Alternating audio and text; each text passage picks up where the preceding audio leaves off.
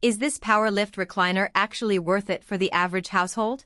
Or is it a premium toy for a specific set of needs? Who should definitely consider putting one in their living room? And who would be better off spending that money on a standard sofa or a simpler chair? Before we get into the nitty-gritty, let me say that the link is in the description if you want to check the product details on Amazon. When I first saw the large power lift recliner, the headline features 5 massage modes, a lay-flat position, and a built-in cup holder made it sound like the ultimate set-and-forget comfort zone. The first hesitation I had was whether the motorized lift and massage system would be overkill for a regular movie night, or if the extra cost would actually translate into daily benefits for people who spend a lot of time seated. I dug through forums, watched a few unboxing videos, and even asked a couple of friends who have mobility challenges what they look for in a recliner. The consensus was clear: you need a chair that does more than just look good. It has to solve a real problem, whether that's getting up after a long nap, easing muscle tension after a day at the office, or just having a place to kick back without constantly adjusting pillows. If you're an older adult or someone recovering from a knee or hip surgery, the power lift mechanism is the star of the show. The chair's built-in motor can raise the seat just enough to bring the knees into a more natural angle, which takes the pressure off the joints when you stand. In practice, that means you can sit down, press the button, and the chair gently lifts you into a semi-standing posture, making the transition from seated to standing almost seamless.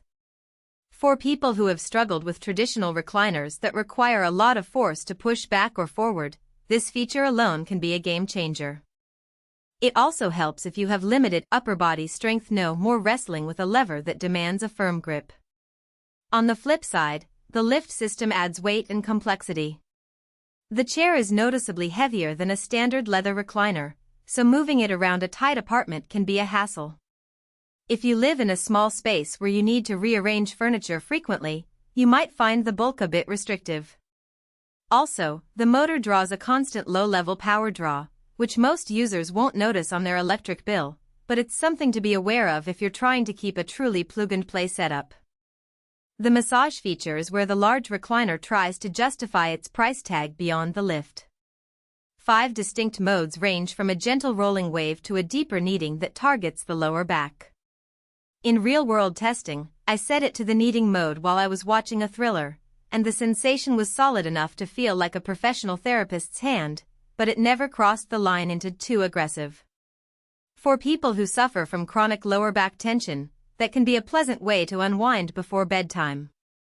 However, the massage pads are fixed in place. They don't move laterally across the back, so the coverage is limited to a narrow strip.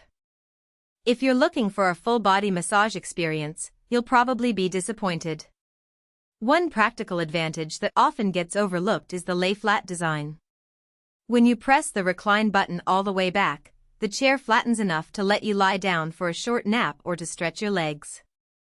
I tried it during a weekend movie marathon, and the chair turned into a makeshift bed for a quick 40-minute rest.